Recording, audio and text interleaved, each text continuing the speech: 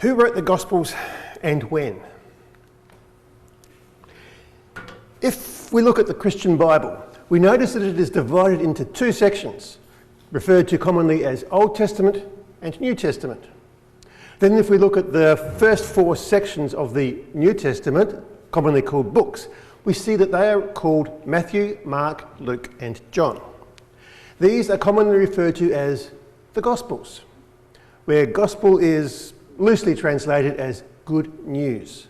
So therefore, these books purport to tell us the good news of Jesus Christ.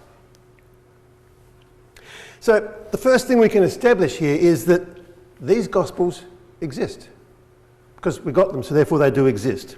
This is an irrefutable fact. When then were these Gospels written, and by who?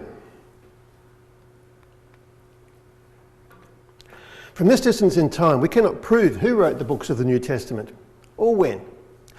And of course, the same applies to Julius Caesar's Gallic War, Homer's Iliad, Shakespeare's Hamlet, Tolkien's Lord of the Rings. All we have to rely on is historical evidence. Of course, the closer we are in time to when these were actually written, the better the evidence and the more evidence that we have. So, for example, Tolkien's Lord of the Rings is relatively recent, so we've got pretty good evidence and we are pretty confident that J.R.R. Tolkien actually wrote that. But the further we go back, the less we seem to have. But it is worth remembering that those living much closer in time to the writing of the New Testament had little doubt as to who wrote these Gospels and when they were actually written. Around about the start of the last century, George Bernard Shaw wrote his play Pygmalion. And in Pygmalion, which was later turned into the movie My Fair Lady, his protagonist Henry Higgins bemoans at some stage what has happened to the English language. Why can't the English teach their children how to speak, he asks. English is the language of Shakespeare and Milton and the Bible. And by Bible, he meant the authorised King James Version of 1611. So the Gospels existed then as well. And we continue back further and further in time, and we find at various points we can still find the Bible, the Gospels. Just a few little examples pulled at random out of history. In 672 to 735 or thereabouts, Bede lived, and it said, according to Wikipedia, so it must be true if it's in Wikipedia, he produced a translation of the Gospel of John into Old English. So the Gospel of John, at least, existed in his time. We go back a few hundred years further, we get to Jerome, who lived between 347 and 420. And he translated the Bible into Latin. And his Latin version was called the Vulgate, and it became the Bible of the Roman Catholic Church ever since. So therefore, the Gospels existed in his time. And we can go further back, and we find that the original was written in Greek, with various texts and fragments that we can find going back possibly even to the 70s AD. Now, there was a fragment found dated around about 65 that was thought to contain a bit of the Gospel of Mark. But it is generally agreed now that that actually wasn't Mark, it was something else altogether. But also there are quotations and references by other ancient writers indicating that whenever it was they wrote what they wrote, the Gospels were already in existence by then. So, who? When? What we can say for certain is that someone wrote them at some time. And when they were written, the person or people concerned knew who and when. And based on the evidence we do have, it is virtually certain that others at that time also knew who and when. It is only with the passage of time that some of this knowledge has been lost. Thus, at the time the Gospels were written, those who received them did so in the conviction that they knew who wrote them and trusted those authors and trusted that these works were genuine. Now, when the canon of the New Testament was established, the main criteria was Was this written by an apostle or by a close associate of an apostle? And everything they included in the New Testament adhered, so they believed, to that criteria. Now, when we read the Greek New Testament, the Gospels are entitled according to XXX, where that could be according to Matthew, according to Mark, according to Luke, according to John. Which means that these are not just names tacked on to the works. These are statements of authorship. We still have to establish whether those statements are valid or not, but these are statements of authorship of those Gospels. And not only has there never been known to be a doubt until relatively recent times as to the authorship, there has also been no alternate claim. There is no one from ancient times who has claimed, I wrote this Gospel or I wrote that. There have ever only been these four names associated with these four Gospels. Thus, the onus is very much on those disputing the traditional position to provide evidence and proof of their position. Papyri have been found from the late 100s AD, roughly around about 180 to 190, spread widely over the Roman Empire, containing parts of the New Testament. Now, the canon of the New Testament had not been settled at that point, so it didn't have the entire New Testament, but it had the four Gospels and some other works as well that are now part of our New Testament. And as I said, spread widely over the Roman Empire, long distances apart. And in every case, the four Gospels are entitled according to Matthew, Mark, Luke and John. There is no variation. None of them have got a different name. None of them even are anonymous. And you would imagine that if these works had been produced later in time by someone else, that at least one or more of these various copies would have had a different name on them or would have been unnamed. Again, this is not proof, but it is very strong evidence that Matthew, Mark, Luke and John were always the names attached to these Gospels.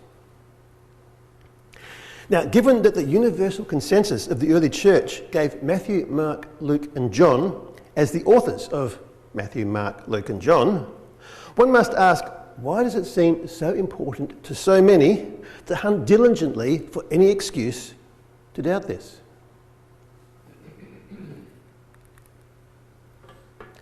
Much dating of ancient history is based on Manetho's Egyptian king list in his Egyptiaca. Now, that basically means history of Egypt. This was written in the 3rd century BC, and no copies survive until today. All we have are quotations from it from documents dated between roughly the 1st and 8th centuries AD. And although it is generally agreed by scholars that you have to take some of his stories with a pinch of salt, nevertheless, his history is largely accepted, so much so that, as I said, much of the dating of the ancient world is based on his king list and his timings and reigns and all that sort of thing of the various kings of Egypt over thousands of years. But his work was written long after the events described. There is little proof or evidence of its veracity. It ignores the fact that there were at various times concurrent separate kings of Upper and Lower Egypt. There are no extant texts, and so on. It seems that only the Bible is assumed false until proven otherwise. Why? These days, it would seem, the announcement of the discovery of a document from the mid-1st century containing text from one of the Gospels would be greeted with considerably greater scepticism than an announcement by NASA that they had found little green aliens on Mars. Unless, of course, that announcement was on April the 1st, of course. But then, another question that someone may raise, what about the other Gospels?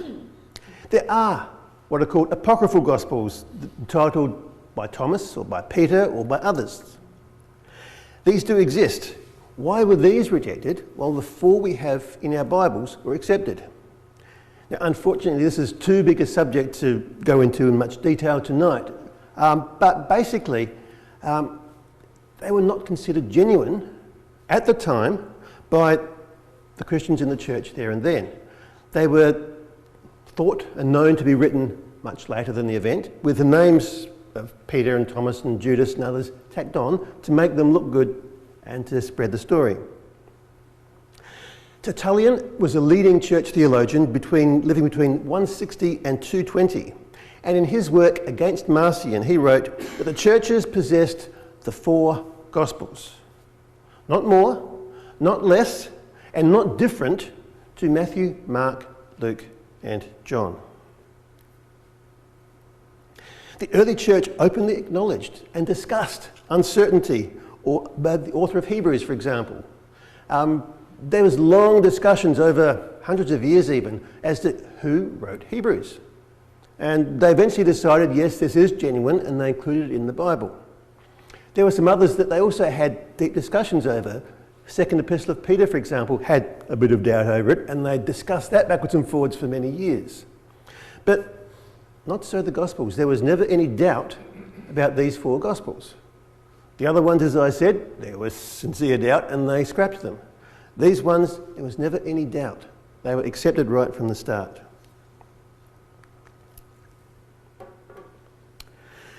Now, as I already mentioned, the names Matthew, Mark, Luke and John have always been attached to the Gospels bearing their names, and no alternate claim was ever proposed, although I will modify that statement slightly a little bit later with regard to John.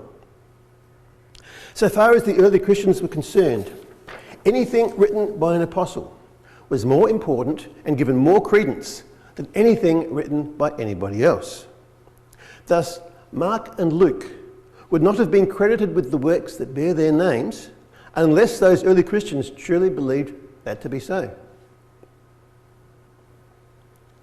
And anyone inventing it would have used a more imposing name, such as Peter on their Gospels, like one of the apocryphal Gospels did.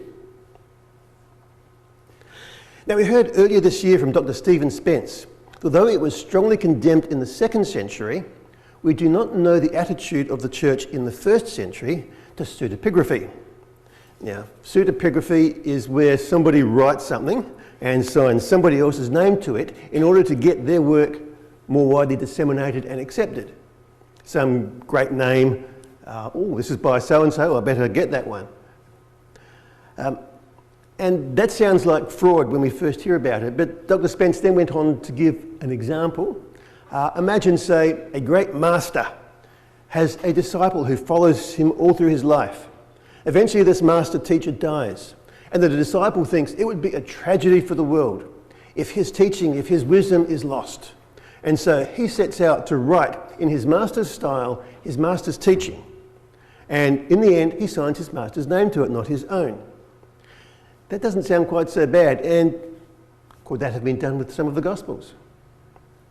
Well, it is commonly thought that Mark's Gospel was based on Peter and on Peter's teaching, and yet it is ascribed to Mark and not to Peter. No mention is made in it of Peter. So from that basis, I think it's fair to assume that pseudepigraphy is extremely unlikely.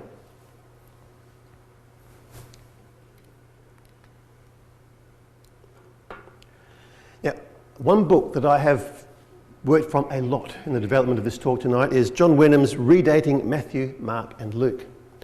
A lot of what I'm saying is based on his work. And one of the things he says is that Matthew looks like it may have been originally in a Semitic language. And he gives lots of examples and he goes into some detail to demonstrate his point. And he showed that a Greek translation from Aramaic makes sense of it and includes many direct translations of Aramaic idioms. And so an idiom in one language makes perfect sense. Do a direct translation of that into another language and it doesn't make any sense at all. Just an example going from a dialect of one language to a different dialect of the same language. During the Vietnam War, there was an American mechanic at work on an aeroplane, and he discovered he was missing a tool that he needed. So he went over to the Australian hangar and asked if he could borrow the tool. And the Australian guy said, "Go for your life, mate." So the American shot off across the tarmac as fast as he could go. Because as Australians, we understand that idiom, "go for your life, mate." But the American didn't get it at all. And so examples like that can be found in Matthew's Gospel is one of the things that Wenham uses to show that it seems highly likely, not proved, but highly likely that Matthew was originally written in Aramaic. Matthew's job as a tax collector involved much note-taking and report writing. It is very reasonable to imagine him taking notes at various times, mostly not word for word, but an accurate summary, including, for example, what we refer to these days as the Sermon on the Mount. And this line of thought and reasoning is argued extensively by E.J. Goodspeed in his book, Matthew, Apostle and Evangelist. The early church fathers, from Papias, who lived between AD 60 and 130 on, were virtually unanimous that Matthew the tax collector, also known as Levi, and one of the 12, was the author. That this was the first gospel to be written. That Matthew wrote Matthew wrote for Hebrews in the Hebrew language and script. And by Hebrew, he means Aramaic in that context.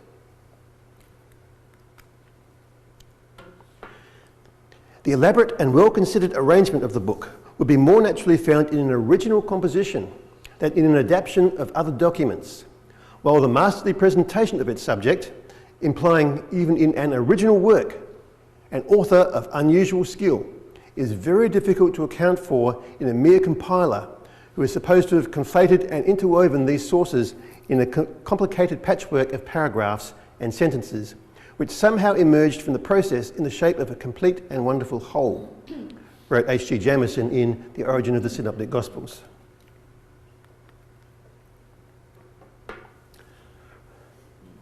Now, Bill Streeter wrote, "Mark reads like a shorthand account of a story by an impromptu speaker." Now, the testimony of the early church is that when Peter was in Rome, Mark served as his interpreter.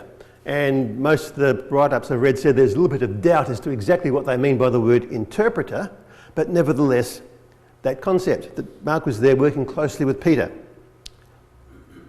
And after Peter left, the Christians in Rome asked Mark to put in writing Peter's teaching about Christ for them, which Mark did, and the result is what we have as the Gospel of Mark today. Now, it's interesting when we read through the New Testament, we notice in John's Gospel that he names names an awful lot more than any of the other Gospel writers. Names like Andrew and Philip and Thomas and Peter, and names all over the place. But one name that is strangely missing is that of John. He avoided referring to himself almost exclusively, and the few times when he could not avoid referring to himself, he was rather oblique and didn't actually use his name. Then if we move on to the book of Acts, Luke is virtually invisible in Acts. And this is very interesting given some of the things in Paul's letters indicate that Luke was a significant player at the time. And if you remember one of Kevin's talks, at least, where he talks about the we passages and the times in Acts where the writing goes from talking about they and them to we and us, indicating where the author, as in Luke, joins up with the party. And those are the only indications we get there of Luke. So when we get to Mark's Gospel, we find that Peter is downplayed and showed in a lesser light than he is in the other Gospels. And if humility was a common feature of early Christian leadership, this would line up with the patristic teaching that Mark was writing what Peter had taught. Now, according to the standard claims of the early church, Luke's Gospel was written by Luke, the companion of Paul, and was later followed by his second work, which I've just mentioned, Acts. Now, the anti-Marcionite prologue to Luke was written possibly around between 160 and 180 AD, says that, "Indeed, Luke was an Antiochian Syrian, a doctor by profession, a disciple of the apostles. Later, however, he followed Paul until his martyrdom, serving the Lord blamelessly. He never had a wife, he never fathered children, and died at the age of 84, full of the Holy Spirit in Boeotia. Therefore, although Gospels had already been written, indeed by Matthew in Judea and by Mark in Italy, moved by the Holy Spirit, he wrote down this Gospel in the parts of Achaia, that is, Greece, signifying in the preface that the others were written before his, but also that it was of the greatest importance for him to expound with the greatest diligence the whole series of events in his narration for the Greek believers, so that they would not be led astray by the lure of Jewish fables or seduced by the fables of the heretics and stupid solicitations and fall away from the truth. And so at once, at the start, he took up the extremely necessary story from the birth of John, that is John the Baptist, who is the beginning of the gospel and forerunner of our Lord Jesus Christ, and was a companion in the perfecting of the people. Likewise in the introducing of baptism and a companion in martyrdom. And indeed afterwards, the same Luke wrote the Acts of the Apostles. Now, when we come to John's Gospel, there is a suggestion that the Gospel of John was written by somebody called John. Surprise, surprise. But a John who was a disciple of the Apostle John and wrote around about 120 AD. And if we look at the last couple of verses of John's Gospel, we see something that seems to support this theory, this idea. Where it says that this is the disciple who testifies to these things and who wrote them down. We know that his testimony is true. Jesus said many other things as well. If every one of them were written down, I suppose that even the whole world would not have room for the books that would be written. So the idea then is that this John, disciple of John, wrote John's Gospel based on what he had learned from the apostle.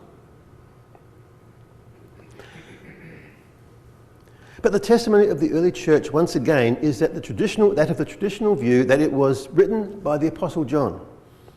And as per my earlier statements, that even though the works of an apostle were considered more worthwhile than those of someone else, that did not seem to affect the acceptance of Mark and Luke. And so one would imagine it would not have affected the acceptance of this gospel either, if it had been written by a different John from his close association with the apostle. The Muratorian fragment, written about AD 170, tells us that the fourth gospel is that of John, one of the disciples. To his fellow disciples and bishops who had been urging him to write, he said, "Fast with me from today to 3 days, and what will be revealed to each one, let us tell it to one another." In the same night it was revealed to Andrew, one of the apostles, that John should write down all things in his own name, while all of them should review it. So apparently, John was in Ephesus, where he was urged to put into writing the things he had been teaching them that were not already in the other Gospels, particularly of the teaching of Jesus at the Last Supper. So John made a special effort to not write what had already been covered by Matthew, Mark and Luke, and to cover much of the teachings of Jesus. And these last two verses quoted earlier were then the imprimatur of Andrew and the Ephesian elders to validate John's work.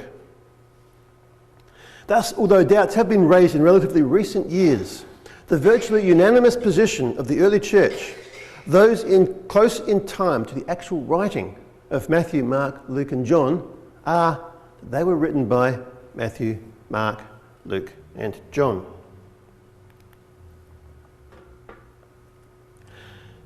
What happened there? Okay, yep, you're right. For most of the 20th century, the dominant theory of the Synoptic Gospels, Matthew, Mark and Luke, is that Mark wrote first. Matthew and Luke used Mark along with their own extra material, plus they used another document known as Q, from the German word Quell, which means source, as an extra source, plus their own stuff that they'd got together separately, and they'd combine that to make their own Gospels. Now, aside from this theory, no evidence of Q actually exists, making it appear as little more than a fudge factor to make the theory work. And thus this theory has been falling out of favour in more recent times. There are actually a plethora of proposed solutions to the synoptic problem. Now, by synoptic problem, if we read the Gospels, we note that Matthew, Mark and Luke have surprising similarities about them, whereas John's is totally different. So the synoptic problem is trying to explain the similarities between Matthew, Mark and Luke and the differences as well. And as I said, there's a plethora of problems. These diagrams here are taken from Wenham's book,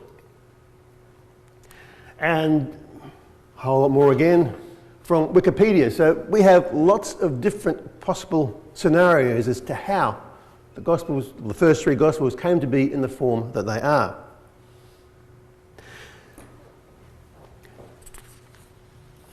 Now, the only direct statement of authorship in the Gospels themselves is that which I quoted earlier in the end of John. And even then, as I said, it's a little bit oblique.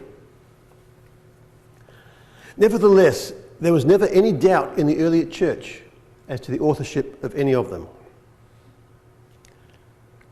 If you read the Gospels, you will find hunks of narrative and swathes of teaching from Jesus, including his many parables, or some of them anyway.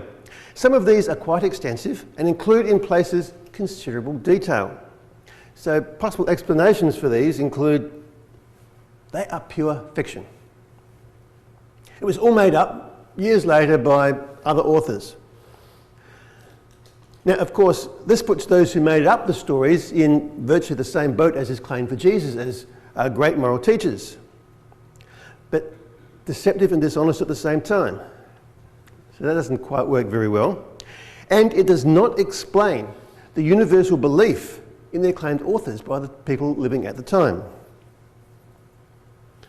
Or oral tradition, this is a very common one, that Jesus actually did say and do some worthwhile things along the lines of what we read in the Gospels. And people remembered these and repeated them, and sort of like Chinese whispers, what you started out with and what you finished with were quite different in many cases. Again, there isn't really any strong basis for this belief, aside from the fact that we know that Chinese whispers do have that effect. But it is presented as a plausible scenario. And it also poses the question as to why we do not have numerous wildly different versions. Or the Holy Spirit caused perfect memories and or special revelation such that the authors of the Gospels got everything word for word. Now, if God is, then this is also a plausible scenario. But once again, it is not seriously considered and does not appear to be the way God does things, assuming that God is. Nor does it appear to be consistent with the biblical record or the historical record for that matter. Jesus had secretaries, official or otherwise, following him around and taking down every word. Now, I think this one, although once again it is plausible, is so far-fetched that I don't think we need to discuss it any further. The last three, though, I think a combination of these last three together are probably the answer of how it all happened. Particular individuals, for example, Matthew and John, we've already heard a suggestion that Matthew did, took extensive notes at various times and were able to refer back to them later when they were writing what they were writing or teaching at various times as well. Or plus, many of Jesus' stories and teachings were repeated more than once. Thus, of course, helping you to remember, because if you hear the same story a number of times, particularly the disciples who follow Jesus everywhere, then they would be more inclined to remember them. Plus, of course, if he told them more than once and they remembered them slightly differently because one remembered better one version, another remembered better another version, that explains minor differences that we see between the Gospels. And finally, the fact that late last year, Dr. Stephen Spence again was explaining to us that ancient cultures were oral cultures. In recent times, since we've had cheap paper and the printing press, we have developed into a literate culture where we need to have everything in writing. In ancient times, before that was the case, they were an oral culture where it was the spoken word that was important and that they listened to. And so in oral cultures, they have ways of speaking when they need to that make things easier to remember. And this isn't really what it's like, but just for example, from our lives, and our experience, if something is set to verse and then put to music, we are much more likely to remember it than if it's just something that is said. And so just the ways of expressing things can make it a whole lot easier to remember. Thus, the final result, once they get it all together, would be accurate, but not necessarily complete. And especially if we compare the Gospels, we can see different bits in and out in each one. And combining the different stories, we can often get a more complete picture, even if not a full one. Now, as I said, they were an oral culture, Writing materials were not dirt cheap, and they didn't have a printing press, but they were still a literate people. By and large, they could read and write. We're not talking savages here, we're talking civilizations. Civilizations that had been developing over thousands of years. And part of civilization is reading and writing. So they were an oral culture, but a literate people by and large.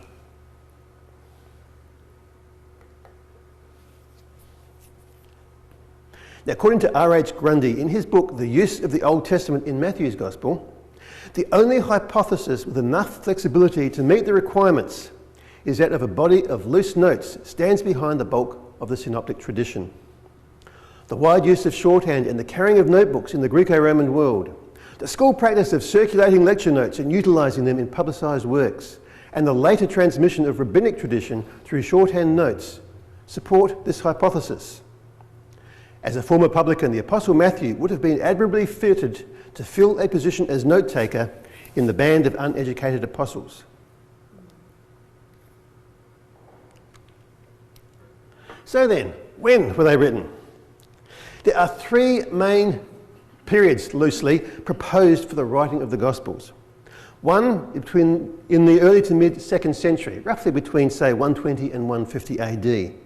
Or two, between 70 and 90 for the Synoptics, and between 80 and 96 roughly for John. Or three, between AD 40 and 70. Or some combination of the above. Now, option one implies, and in fact requires, that these were not written by Matthew, Mark, Luke and John, but by others appropriating, also pseudepigraphing their names. These dates are relatively recent propositions and contradict the testimony of those much nearer in time to the writing. And it also poses the question as to how they came to be received the way they clearly were by the church, especially given how careful they were that no others were similarly accepted. Option two is proposed for two main reasons. Firstly, there is the statement by Papias and others that Mark wrote Peter's words after Peter's departure, where the word departure is interpreted to mean Peter's crucifixion in Rome, which happened around about 67 AD. That would mean then that Mark's Gospel would have to have been written after 67, that'd be 68 at the earliest, and thus combine that with the belief in the theory of Markan priority that Matthew and Luke depend upon Mark, then Matthew and Luke must have been written later again. And of course, John sometime later after that. The second reason is that prophecies by Jesus of the destruction of Jerusalem exist in Matthew, Mark and Luke. And that destruction of Jerusalem happened in AD 70. Jesus could not have known about that, and since prophecy is impossible, you can't know the future, then of course it must have been written after the event. So therefore, Matthew, Mark and Luke must have been written after 70 AD, so that they could know to write that back. But this, of course, is begging the question, and is no proof at all. It negates the significance, it negates to a significant extent both the value of Jesus and of the Gospel record, which I suppose is the point. Also, another problem with the first point about Mark being written after Peter's death, that would also imply that Matthew had to have been written after the Apostle Matthew himself had died. So there's that issue there again. Now, the pointers towards an early writing. Luke and Acts are successive volumes by the same author, and Kevin covered this in a little bit of detail recently, so I won't go into it further tonight.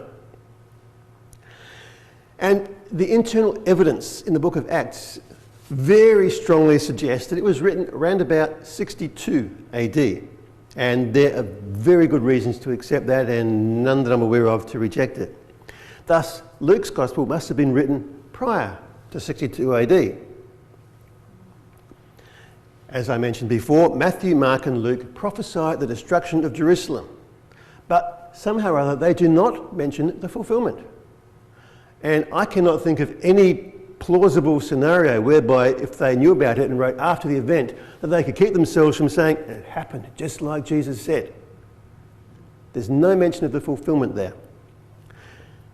And thirdly, in John chapter 5 and verse 2, he writes, in Jerusalem there is a pool called Bethesda. Not was a pool, but is a pool. And this implies that it was written prior to 70 AD. Doesn't prove anything, but that implication is there. The belief of the early church is that Matthew and Mark were written before Luke.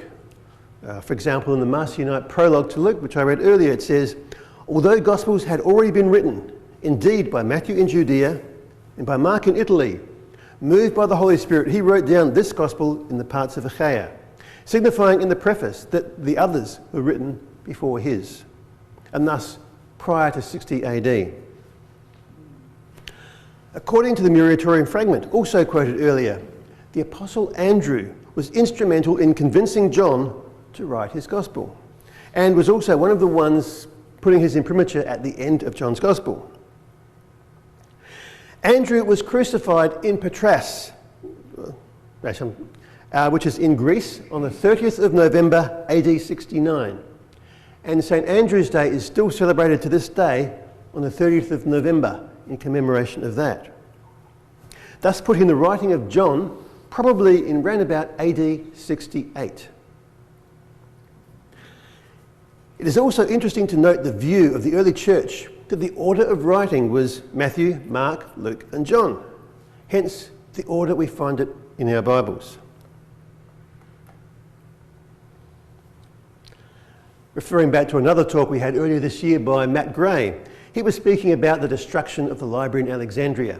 And in that he waxed eloquent about Origen and his great academic standing and wisdom and intelligence, and how highly he was respected in the ancient world at that time. So Origen in the early 200s wrote that, as having learned by tradition concerning the four Gospels, which alone are unquestionable in the Church of God under heaven, that first was written, that according to Matthew, who was once a tax collector but afterwards an apostle of Jesus Christ, who published for those who from Judaism came to believe, composed as it was in the Hebrew language. Secondly, that according to Mark, who wrote it in accordance with Peter's instructions. And thirdly, that according to Luke, who wrote for those who from the Gentiles came to believe, the gospel that was praised by Paul. And after them all, that according to John. And other and earlier writers also expressed the same. So, according to Wenham's analysis, Matthew wrote first in Hebrew or Aramaic. Peter was aware of Matthew's gospel, and Mark wrote Peter's teaching backed up by referring to Matthew. Luke knew both Matthew and Mark and used them along with his own material. He needed to keep his work short enough to be able to fit it all on one scroll. So he abbreviated and left out what he could of what he took from Matthew and Mark because, well, they were available separately anyway, in order to be able to fit in all of his extra material. Thus, Matthew was written somewhere between AD 32 and 42. Luke around about AD 45. Luke AD 54 and John AD 68. So, putting it all together and just getting an overall picture, Matthew was written very early when the church was totally Jewish. He wrote for Jews, and his central purpose was to show that Jesus was the promised Messiah and fulfillment of the Old Testament scriptures. It was written to appeal to Jews. Mark was written in Rome to appeal to imperial Romans and to everyone else there that were imbued with that ethos. And in it, he makes a big deal of Jesus' power and authority. And he presents Jesus as a man of action, much more so than do the other Gospels. Luke was written later, when the church was still largely Jewish in nature, but with a large and growing non-Jewish element. It was written more for those non-Jews, and especially Greeks and Greek-thinking people. Luke, differently to the others, shows a greater interest in women, in the disadvantaged and downtrodden, and in Gentiles. And finally, John, written later again with the full knowledge of the other three. And it was at a time when Jerusalem was about to be destroyed, and the mother church in Jerusalem was already no more. He wrote to provide a record of the teachings of Jesus at important times, and made a special effort to not repeat things that were already available in the others. And in the very few stories that we do have in John that are in the other Gospels, he leaves out pretty much everything that's provided in the other Gospels about those events and provides other details himself just to widen things out a bit more. Thus, it was designed to complement the other Gospels. And also important to John in his writing were what are translated as signs, significant evidence to make faith in Jesus the only reasonable response. So in conclusion, I'll repeat the statement I made at the beginning, that at this distance, it is impossible to know for sure. Late dates, as in later than 100 AD, are not in accord with the evidence and are generally proposed for other reasons. Late dates that are not quite so late, between later than 60 or 70, between say 70 to 90 AD, are usually proposed for goodish reasons, but are not really in accord with the original testimony. So there are good reasons to believe the traditional authorship, order and dating, and insufficient good reasons not to. And just a little disclaimer at the end there, note my scholarship is not good enough to carry this argument. I'm standing on the shoulders of others. Which finally leads us to bibliography, some of what I drew from. So let's have a break and we'll come back later for question time.